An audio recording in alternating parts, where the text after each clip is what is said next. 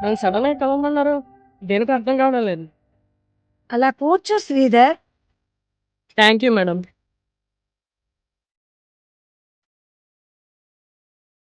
నీకు మా కాలేజీలో మంచి టీచింగ్ ఇప్పిస్తాం. ఫీజుల్లో కూడా రాయితీలు కల్పిస్తాం. మాది పేద కుటుంబం. మా నాన్న వ్యవసాయ కూలి. ఇంకా రేకుల షెడ్‌లోనే మా కుటుంబం ఉంటుంది.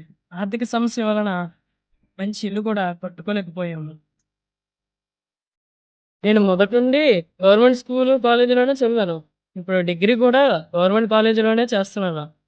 అక్కడ ఏం చెప్తారయ్యా?